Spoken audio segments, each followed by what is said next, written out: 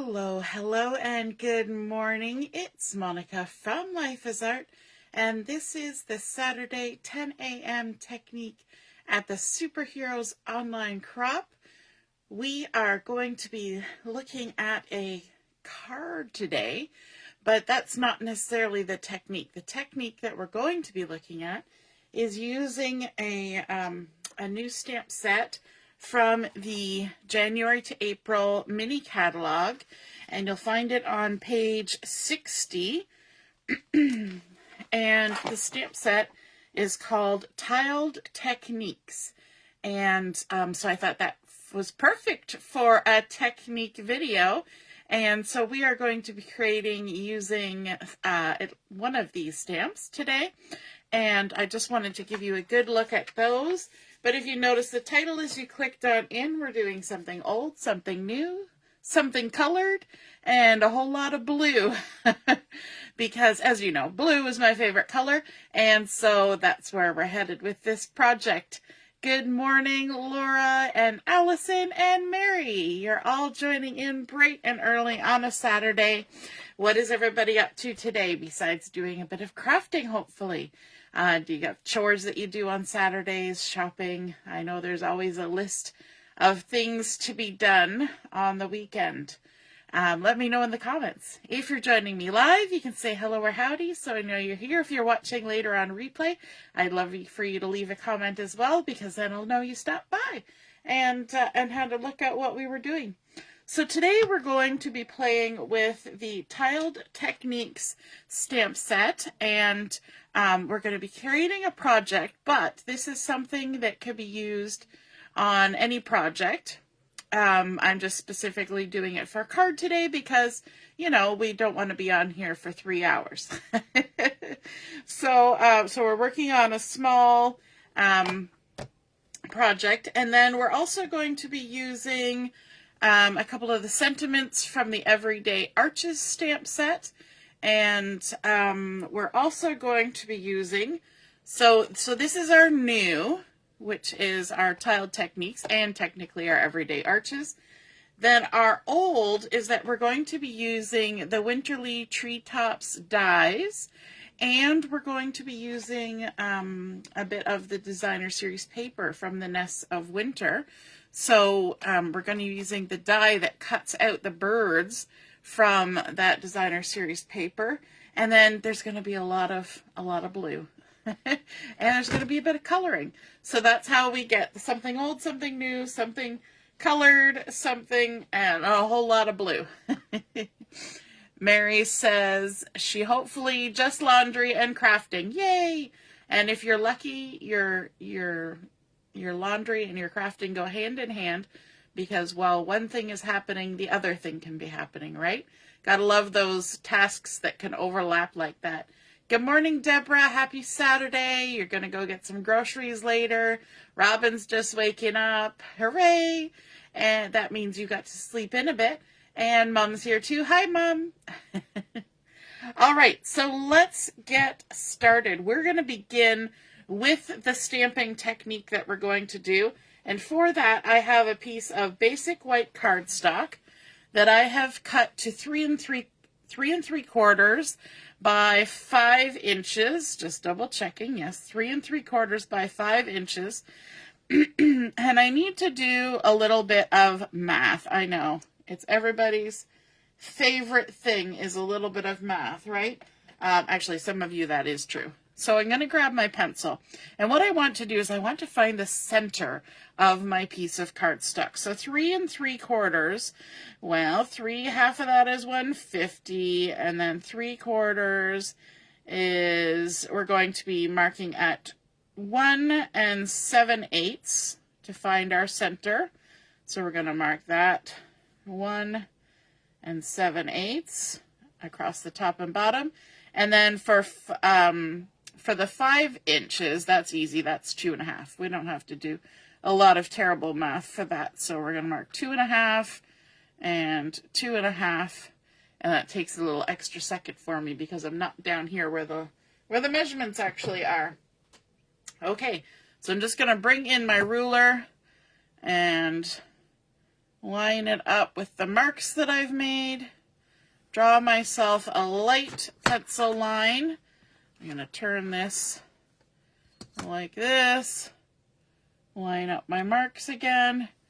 And a light pencil line. And the reason I'm doing a light pencil line is I'm going to erase it later, and it's a lot easier to erase a pencil line if you have A, good eraser, and B, a light pencil line. Good morning, Diane. So now that we have found our center, I'm going to bring in my stamp, and the one that I'm going to use today on repeat is this one here, this sort of archy one. It's got two cute little hearts in it. It's got a nice little swirly bit. It's got little sort of flower petal, almost little ornamentation, nice swirl. And so we're going to do some repeat stamping with this. And we're going to be using one of my favorite colors, Night of Navy. And so I've got my stamp loaded up on my block. I've got my Night of Navy ink. And now we're going to start with the stamping. So I'm going to scooch a little closer to myself because I have to line things up. And it's just going to be easier if I have my paper closer to myself because I'm already sitting quite a distance away to get everything in the camera. So we're inking this up good. And what I'm going to do is I'm going to use my horizontal and vertical line to line up my first and second stamps. So I want to line them up just above, I'm going to have to come even closer, just above that horizontal line and right in the center of that vertical line. And because we've got sort of things that are right along that center symmetry access point, that helps me line those pieces up.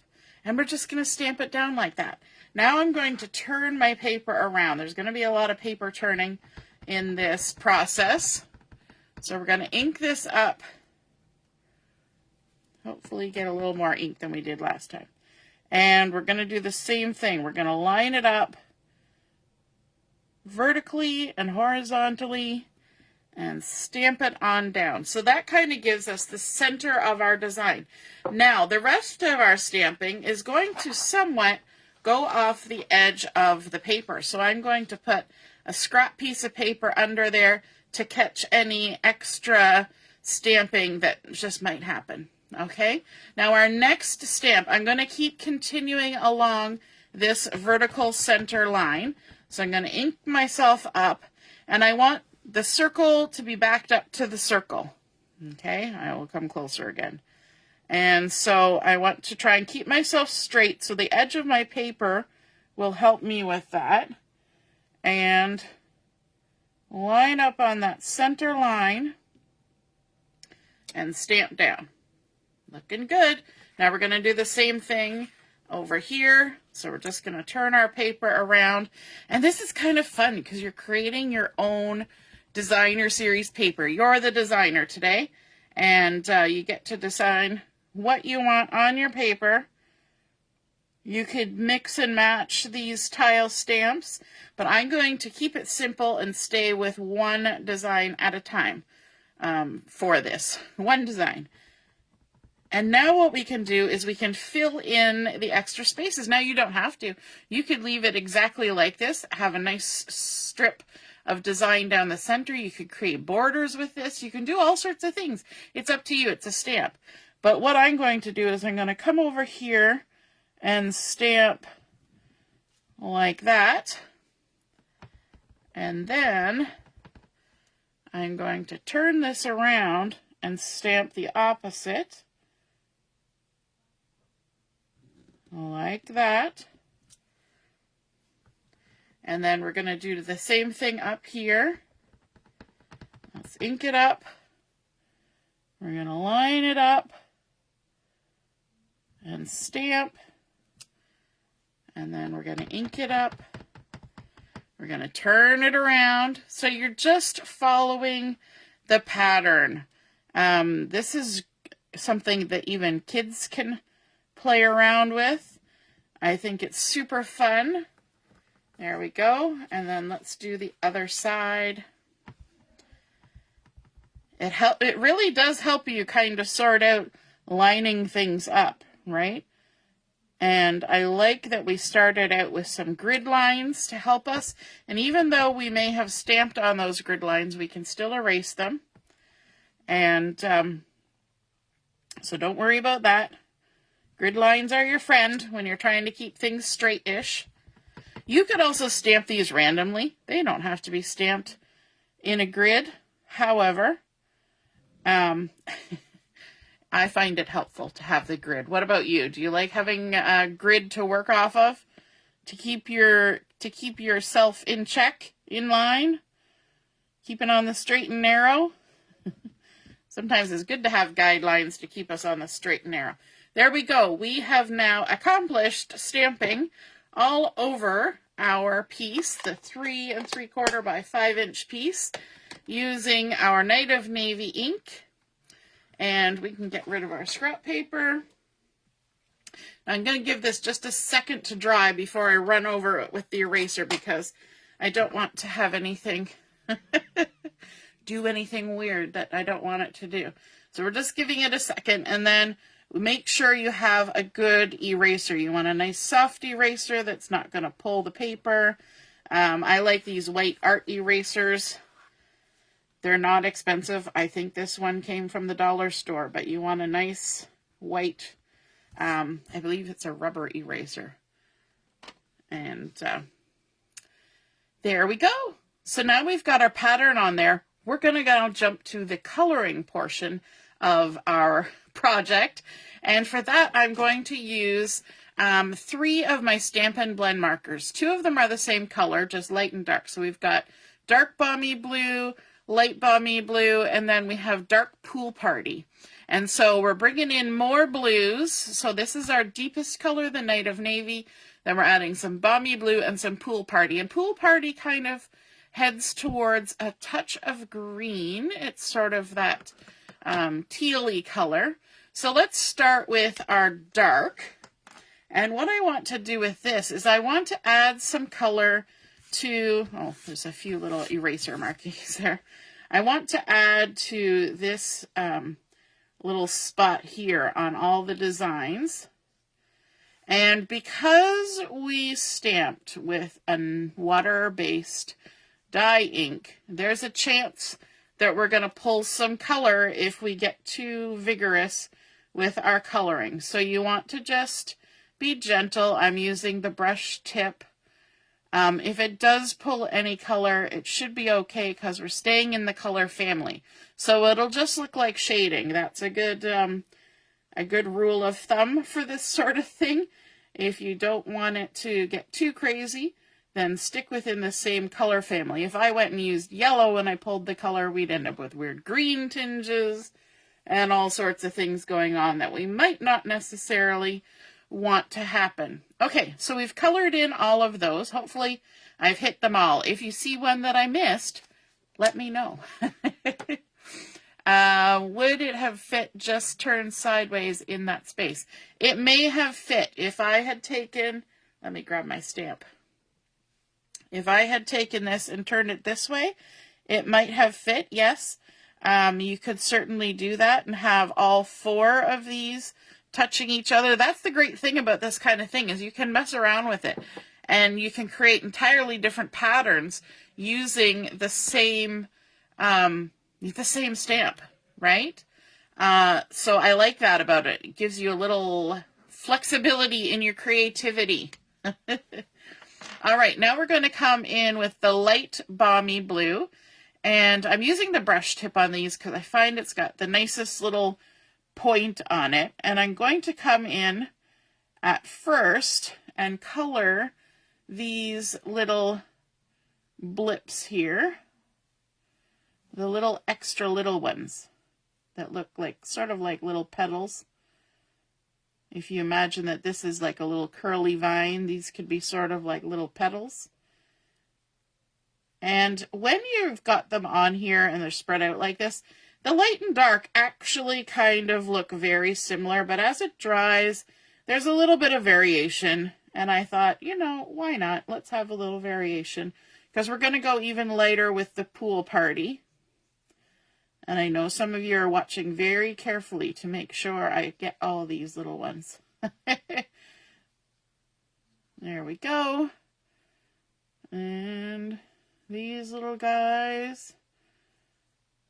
Okay, visual check. Do, do, do, do, do, do, do, do. They're kind of in lines because I've lined them up. They're in lines. So that kind of helps me double check to make sure that I've got them all. All right, now we're going to switch to the last one. And this one is a little bit more fancy of a coloring technique, but not really. These ones we were coloring in something that had a solid outside line. And good morning, Brenda. Now with this last one, the pool party, we're going to add a little bit to this large kind of swirly thing. And you will notice, if you can see, you will notice that it's not a closed design, okay?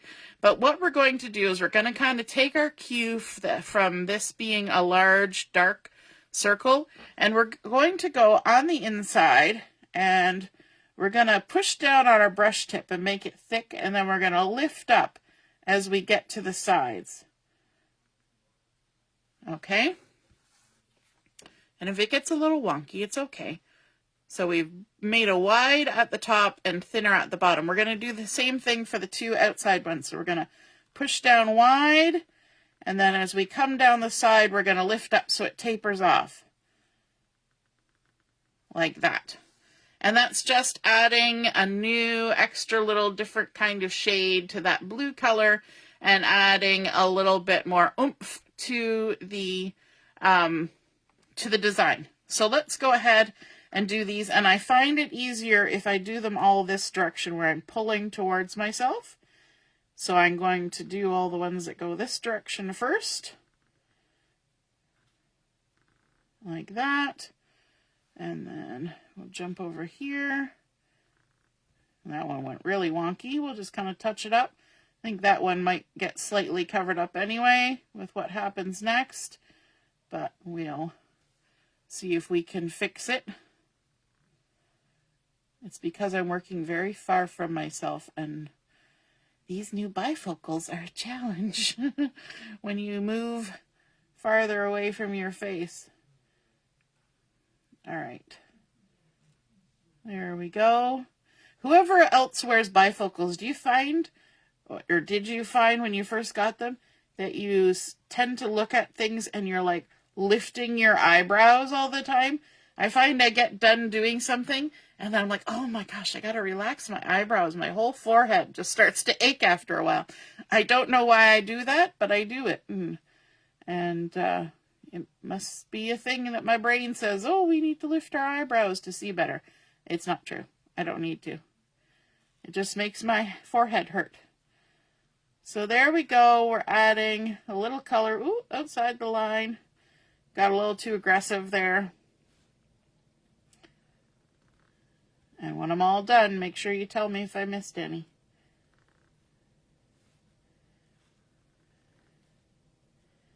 All the way around. Little swoopy arcs.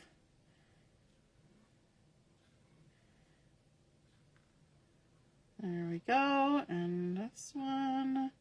And then I'll do a check and see if I got them all. So we've got those ones, and those ones. I think so. Anybody else see any I missed? Speak now or forever hold your P's and Q's.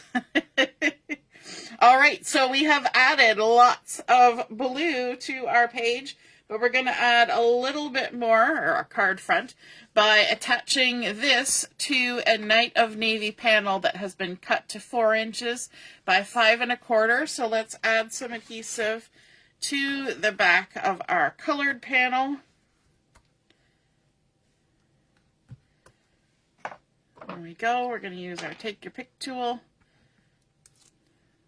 How many of you have one of these or something similar? And do you use it for things like I do? Lifting the edges and positioning gems and all that kind of stuff. There we go.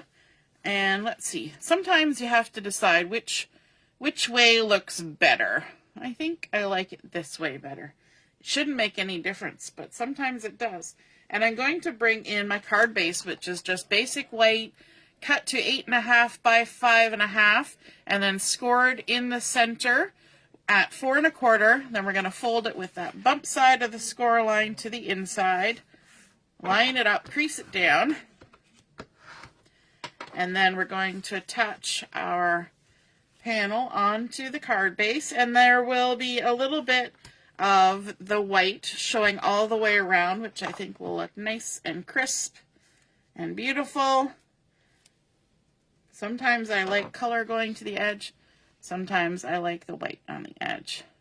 Using my fingertips to line that up. I like to have my fingertips right on that fold, and then I can kind of feel everything, and it helps me line things up, which is probably why I have difficulty lining things up on layouts, because there's nothing really to put your fingertips against. You have to use your eyes or maybe a ruler.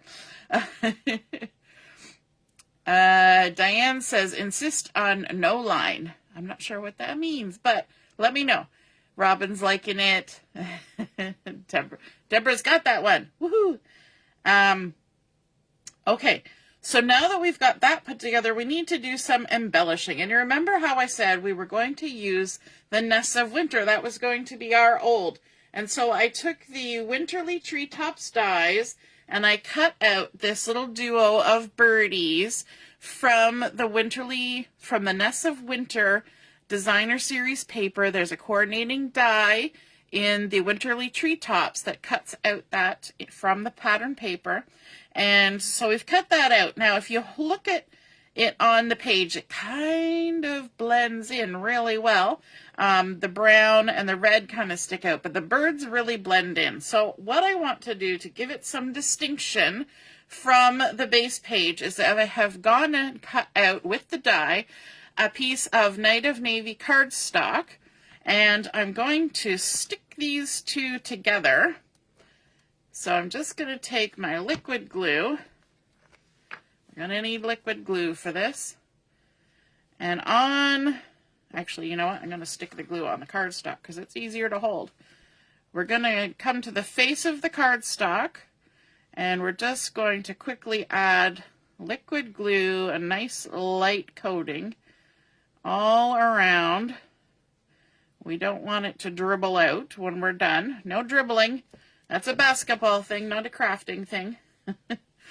And then the way that I hold my cardstock is that I have my fingertips sticking up above. And when you do that, it creates a guide for where to stick these two together. So then you can just kind of move your fingertips around and sort of do this. Because what that's going to do is it's going to help perfectly line up those two cut pieces. You don't have to use your eyeballs, use your fingertips to get things lined up. And then what I like to do is to give it a little karate chop. Stick, stick, stick, stick, stick. You loving these little birds? Laura's loving that stamp and paper set. Yes, I could have stamped these images and colored them myself, but they are already beautifully colored on the Designer Series paper. So until I run out, I can keep cutting these out, right? And I have actually fussy cut these before, forgetting that I actually had a die for them. And so yeah, I like how they did them. It made them look like they were done with either watercolor or marker and nicely blended. So looking good. Now what I want to do is I want to add some dimensionals on the back of this. So let's bring in some of those. I'm going to put some big dimensionals where they'll fit. Like that. And I think the rest is okay. It's not going to move anywhere. But before I stick this down, I'm going to kind of envision where I want it to be. And I actually want this little stem to stick out towards that Night of Navy, just to kind of grab your eye as you're looking around, because they still do blend in quite a good bit. But we're going to do some additional things to make them stand out. So what I want to do is I'm visually determining that this is a good spot to put a glue dot. So I've got my finger there, And hopefully I can keep it there while I grab myself a glue dot. And these ones have a little clear plastic covering. So I'm sticking that there, and hopefully that's where I want it. Yep, still looks good. And what I'm going to do is I'm going to peel the clear backing off, if I can. So now I've got that nice glue dot there. That's a larger kind of glue dot, not a teeny tiny one. And then I'm going to bring in the gold twisted thread, which is currently out of stock, but it will be coming back in early in March. So you can keep your eye out for that. So we've got the gold twisted thread, and I went and finally found the end, and so I made a little notch. You know how on a sewing spool has a little notch you can put your thread through to keep tabs on it? So I just took my scissors and I made a little notch. You can make one on each side and have it go across if you want. But that way, when I undo, I can stick it back in that little spot. You know what? I should put the lid on my glue. And then I won't lose the end again. All right, what I want to do is I want to create some curls of gold thread. So I'm going to just stick that right down into the glue dot, and I'm going to make a nice curl that comes up like that. Stick this back in, come down, add another little layer there, and you just keep going back into that glue dot. And that makes it super simple to get some embellishing with thread or twine or any of those things. And you can make as many loops as you feel like you want to have. You make them smaller or bigger, and just keep tucking them into that glue dot till you run out of glue dot to stick to. And then that's kind of your indication that you've probably done enough. And I think I made 7 loops, which is an odd number, so hooray. And then when you're all done, you just take your end and stick it back in that slit on your gold thread, and then it won't run away. Now, because of how I had to undo it, I actually have 2 ends. This is the end of what is remaining on the spool, but there's a huge amount that still is attached to this one. So at some point that will end and I'll go to the second one, because I ended up having to just kind of pull some off the end and cut it. I couldn't find the end. You know, so you make do, right? All right, now we can take the backing off our foam tape, our dimensionals here, which always want to stick to you more than to the thing they're stuck to. And tweezers. Always got to use some tweezers for this. Let's grab onto this. And remember, I said I wanted that little branch to go a little bit over onto the Night of Navy. And then we'll just stick that down like that. And now we've got these lovely gold swirlies coming out. And that also gives a little bit of separation from the background without covering up all the design. You can still see the design through there. And then we're also going to add a little bit of a sentiment on here. And for that, I'm using the Everyday Arches. I liked the sentiment, "Thanks so very much." So my "so very much" is going to go on the inside of my card. We could do that right now. And then the thanks is going to go on the front. And I wanted to incorporate a little bit different color than the blue. I know, I'm going to do something a little different than the blue. It's very traumatic, but we're going to open this up and we're going to stamp the "so very much" on here using Cherry Cobbler, which is the color of those little berries on the branch that the birdies are sitting on. So let's ink up our "so very much." I'm going to bring this closer to me, aim for the center-ish of my card, and stamp down our "so very much." Then for the front, I'm going to bring in a scrap piece of basic white cardstock. And on here, I have the little word "thanks." We're going to ink that up in the Cherry Cobbler as well. Stamp it on there. And we're going to fussy cut this. I know. You knew it was coming. I think you were all just waiting to see what in the world I was going to fussy cut. Yes, I cut them from the DSP paper. Sometimes you get to cheat a little bit with coloring when you do that, right? You don't have to do it all. However, a good way to practice the coloring would be to stamp a bunch of those birds and then see if you can get it colored about the same. It would be a good way to practice sort of that blending and whatnot. So I'm going to fussy cut right around my stamped word. I'm leaving a halo. I'm pivoting my paper. You know the drill. All the way around here, and then we'll cut off the excess and then join back up nice and smooth. Go around. I'm not cutting any in, you know, the inside of the K or anything like that. We're just going around just like if we were die cutting it. There we go. And up and around the H and the T. We were discussing how we hold our scissors when we fussy cut. I don't know if you can see how I'm holding this, but I actually have my ring finger in the handle. See that? I have my ring finger. And what that allows me to do is I have my ring finger in there. These two fingers can add stability there, and this one adds stability here. So I've got 4 fingers controlling that back part of the blade. The other way I do it when that gets tired is I put this finger in, and then my pointer and my ring finger are adding stability. And I find that that is much easier than trying to fussy cut like this. Plus I have big hands, so that kind of gets my whole hand around the little scissors.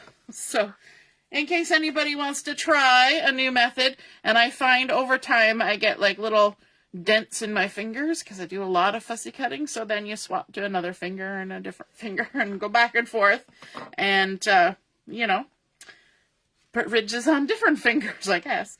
All right, now we're going to add some foam tape to this, and I'm going to use a little edge piece here. Just snip and take that off, because I'm going to put it half on the bird and half off. So on the TH, we need a little bit of foam. And then on the KS, we're going to put a couple little dots of liquid glue.